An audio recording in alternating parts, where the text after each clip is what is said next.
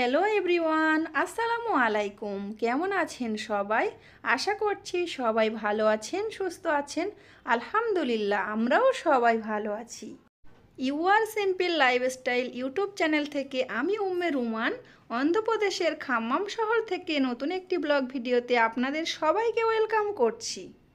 যে যেখান থেকে আমার ভিডিওটা দেখা শুরু করেছেন, প্লিজ ভিডিওটিতে একটি লাইক দিয়ে ভিডিওটি কন্টিনিউ করবেন। আজকের ভিডিওতে আপনাদের সঙ্গে শেয়ার করব মধ্যবিত্ত ফ্যামিলিতে রমজান মাসে কতটুকু মাছ কিনে পুরো মাস চালিয়ে নেই এবং কোন মশলা দিয়ে আমি মাছ রান্না করি, আর একবার মশলা বেটে রাখলে ওই মশলাটা আমি পুরো মাস কিভাবে চালিয়ে নিই সেটাই শেয়ার করব। রমজান মাসে মাছ কাটাকাটি করতে তেমন একটা ভালো লাগে না, বিশেষ করে যাদের কাছে ছোট বাচ্চা আছে তারা তো মাছ কাটা, সংসারের প্রতিটা কাজকর্ম করা হিমশিম খেয়ে যায়। আমরা যেহেতু মধ্যবিত্ত ফ্যামিলির মানুষ, আমাদের যেহেতু হেল্পিং হ্যান্ড নেই, তাই সব কিছু কাজ আমাদের নিজেদেরই করতে হয়। মধ্যবিত্ত ফ্যামিলির বউ হয়ে নিজের সংসারটা নিজে যেমনভাবে গুছিয়ে রাখি আর নিজের কাজ নিজে যেমনভাবে করি, সেটাই আমাদের কাছে অনেক শান্তি লাগে। অনেকের মনে প্রশ্ন আছে যে আমি ছোট বাচ্চা নিয়ে কিভাবে এত কাজ করি। আসলে ছোট বাচ্চা নিয়ে হেল্পিং হ্যান্ড ছাড়া, পরিবারের কোনো সদস্য ছাড়া যেভাবে আমি আমার সংসারটাকে গুছিয়ে রাখি, সমস্ত কাজকর্ম একা হাতে করি, এটা কিন্তু অনেকটা কষ্টদায়ক ব্যাপার। তারপরও আমি আমার সংসারটাকে ভালোবেসে সব কিছু কাজ ম্যানেজ করি। সংসারটা যেহেতু নিজের, তাই নিজেদের সব কিছু মেনটেন করতে হয়, আর এই মেনটেন করা নিজের কাছে কিন্তু অনেকটাই ভালো লাগা কাজ করে। যখন ছোট বাচ্চাটা ডেলিভারি হয়েছিল তখন কিন্তু আমি অনেকটা কষ্টের মধ্যে ছিলাম। তখন কিন্তু আমার কাছে একটা হেল্পিং হ্যান্ড ছিল, আর সে কিন্তু যে কাজগুলো করতো আমার একদমই পছন্দ হতো না। বিশেষ করে অন্য কেউ মাছ কেটে দিলে আমি একদমই পছন্দ করি না, আর একদমই খেতে পারি না। জামা কাপড় কেচে দেয়া, বাসন মাজা, এই সব কাজ যদি করে দেয় আমার কাছে একদমই পছন্দ হয় না। নিজের কাজ নিজের মনের মতো করে করি, আর এটাই কিন্তু আমার কাছে অনেক ভালো লাগে।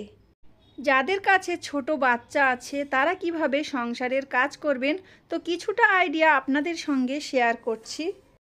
যেসব বাচ্চারা ব্রেস্ট ফিডিং মিল্ক পান করে তাদেরকে প্রথমে ব্রেস্ট ফিডিং মিল্ক পান করিয়ে দেবেন। তারপর তাদের জন্য একটা হেলদি রেসিপি বানিয়ে নেবেন, সেটা অফ ক্যামেরায়।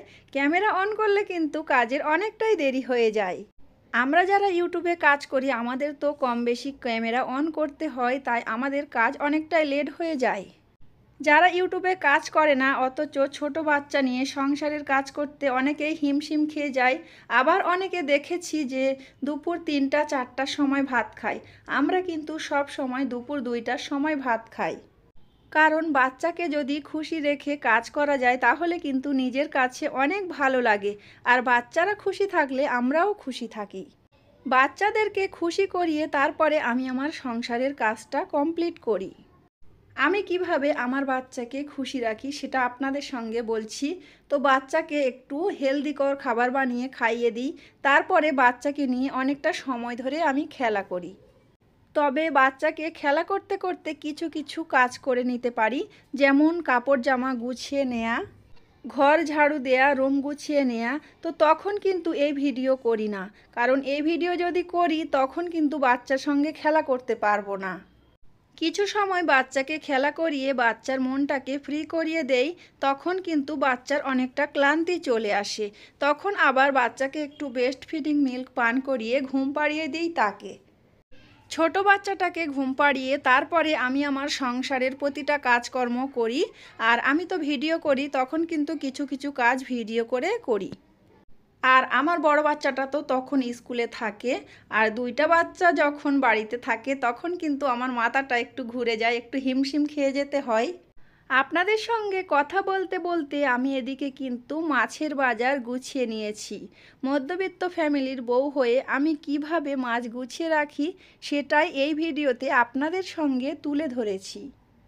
আমাদের ফ্যামিলিতে যেহেতু সদস্য সংখ্যা অনেক কম, তাই আমি সেই বুঝে মাছটাকে ভাগ করে নিয়েছি।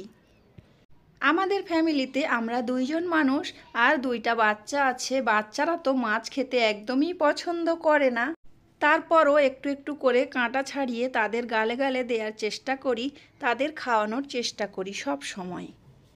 রোজার সময় মাছ খাওয়ার জন্য আপনাদের ভাইয়া রুই মাছ আনবে বলেছিল বড় বড়, তো আমি তাকে বলেছি একটু ছোট ছোট মাছ আনবে তুমি। আপনাদের ভাইয়া যেদিন বাড়িতে ছিল আমি ওই দিন সকাল সকাল তুলে দিয়েছি ঘুম থেকে। সকাল সকাল গেলে একটু ছোট ছোট মাছ পাওয়া যায়। বড় বড় রুই মাছ সব সময় খাওয়া হয়, কিন্তু ছোট ছোট মাছ তেমন একটা পাওয়া যায় না। আর সকালের দিকে গেলে এখন করে পাওয়া যাচ্ছে, যার কারণে সকাল সকাল তাকে তুলে দিয়েছি। মাছগুলো সুন্দর করে কেটে আমি ব্যাগে ভরে নিয়েছি, ডিপ ফ্রিজে আমি রেখে দেব। যখন মাছ রান্না করব একটা প্লাস্টিক বের করে নেব, এতে করে আমার অনেকটা কাজ সহজ হয়ে যায়। মাছ রান্না করার জন্য আমি এখানে মশলা বেটে নিয়েছি। কি কি উপকরণ দিয়েছি আপনারা তো দেখেই বুঝতে পেরেছেন, তারপরও আপনাদের সঙ্গে একটু বলে দিচ্ছি। মাছের মশলা করার জন্য এখানে নিয়েছি জিরে, মরিচ, লঙ্কা নিয়েছি লাল হয়ে গেছে ওই লঙ্কা নিয়েছি, আর নিয়েছি পেঁয়াজ, তাছাড়া আমি নিয়েছি সর্ষে। সব কিছু উপকরণ আমি ব্লেন্ডারে দিয়ে ব্লেন্ড করে নিয়েছি। এখন আমি 2টা কৌটোতে ভরে নেব। যেদিন যেদিন আমি মাছ রান্না করব সেই দিন এই মশলাটা ব্যবহার করব। রমজান মাসের জন্য মাছ কেটে নিয়েছি, মশলা বেটে নিয়েছি, তো এইটা আমার কাছে কিন্তু অনেক উপকারে আসবে। ছোট বাচ্চা নিয়ে রমজান মাসে সংসারের কাজ করা, নামাজ রোজা করার অনেক সহজ হয়ে যাবে। সবগুলো মাছ আমি প্লাস্টিকে ভরে নিয়েছি, আর কিছুটা মাছ আমি রেখে দিয়েছিলাম। আজকে আমি কাঁচকলা দিয়ে রান্না করব। টাটকা টাটকা মাছ খাওয়ার মজাই আলাদা। আজকে যেহেতু মাছ এনেছে তাই ভাবলাম আজকে একটু টাটকা টাটকা মাছ রান্না করি। ছোট মাছের মধ্যে থেকে কিছু মাছ নিয়েছি, আর একটা বড় সাইজের মাছ এনেছিল। ওই মাছটার নাম কি আমি জানি না, তো যাই হোক ওই মাছটার মধ্যে থেকে আমি 2-3টা পিস নিয়েছি। ওটা আমি একটু ঝোল করব, আর এদিকে আমি ছোট মাছ দিয়ে আর কাঁচকলা দিয়ে রান্না করব। ছোট মাছ বলতে ওগুলো কিন্তু 1 বেগদেরও একটু বেশি বড়, তো যেমন ছোট সাইজের পেয়েছে তেমন এনেছে। আপনাদের সঙ্গে কথা বলতে বলতে এদিকে কিন্তু মাছ ভাজা হয়ে গিয়েছে। কাঁচকলা কেটে নিয়েছি, কাঁচকলার সঙ্গে একটু লবণ আর একটু হলুদ দিয়ে মাখিয়ে নিয়েছি। কাঁচকলা কাটার পরে একটু লবণ এবং হলুদ দিয়ে মাখিয়ে রাখলে কাঁচকলার মধ্যে যে আটা থাকে ওই আটাটা বের হয়ে যায়, আর কাঁচকলা মাছ দিয়ে রান্না করে খেলে ভীষণ ভালো লাগে। যখন আমি ভিডিওতে ভয়েস দিচ্ছি তখন কিভাবে ভয়েস দিচ্ছি সেটা একটু আপনাদের সঙ্গে বলি। তো এক হাতে আমার বাচ্চা আমার কোলে আছে, আর এক হাতে আমার ফোন আছে, ওই ফোন সামনে নিয়ে আমি ভয়েস ওভার করছি। অনেকটা কষ্ট করে ইউটিউবে কাজ করতে হয়, ইউটিউবে কাজ করা অতটা সহজ না। আজকে আমি দিনের বেলা ভয়েস ওভার করছি, আর চারিপাশের মানুষ অনেক সাউন্ড করছে, তো তখন আমি ভয়েস দেওয়া একটু বন্ধ করে দিচ্ছি, কারণ ওই সাউন্ডগুলো উঠে গেলে আর একদম ভালো লাগবে না ভিডিওটা। সব সময় চেষ্টা করি কিছু সুন্দর সুন্দর মুহূর্ত, কিছু সুন্দর সুন্দর টিপস আপনাদের মাঝে তুলে ধরার। তো কতটা ভালো করে তুলে ধরতে পারি জানি না, তবে আমি মন প্রাণ দিয়ে চেষ্টা করে থাকি। যারা আমার ভিডিওটি দেখছেন, ভিডিওর কোনো অংশে যদি আপনাদের ভালো লাগে তাহলে অবশ্যই ভিডিওটিতে একটি লাইক দিয়ে দেবেন। যারা লাইক দিয়ে দিয়েছেন তাদেরকে জানাই অসংখ্য অসংখ্য ধন্যবাদ, অনেক অনেক ভালোবাসা রইল। আজকে যারা আমার চ্যানেলে প্রথম ভিজিট করেছেন তারা চাইলে আমার চ্যানেলটিতে সাবস্ক্রাইব করে আমার চ্যানেলের সাথেই থেকে যেতে পারেন।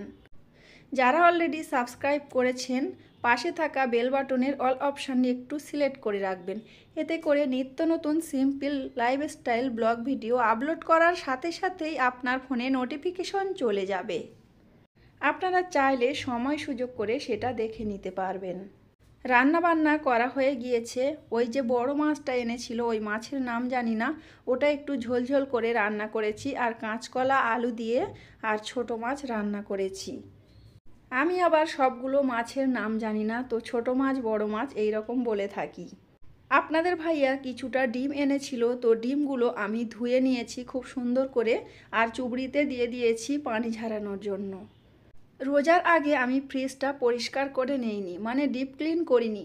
যখন যেই জায়গাটা নোংরা হয়ে আছে সেটা দেখছি, আর সেটা পরিষ্কার করে তারপরে আমি আমার জিনিসপত্রগুলো রেখে দিচ্ছি।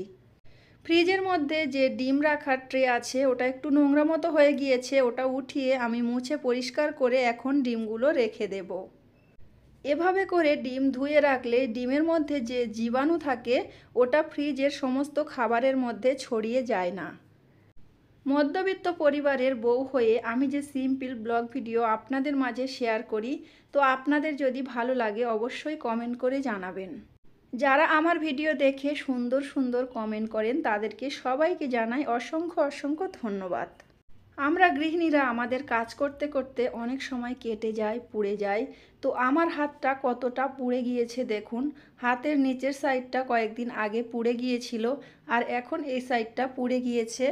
পুড়ে গিয়ে ফোসকা পড়ে গিয়েছিল, অনেক ব্যথা পেয়েছি, অনেক যন্ত্রণাও হয়েছে। তো এখন শুকিয়ে গিয়েছে আর ভাবলাম আপনাদের সঙ্গে একটু শেয়ার করি।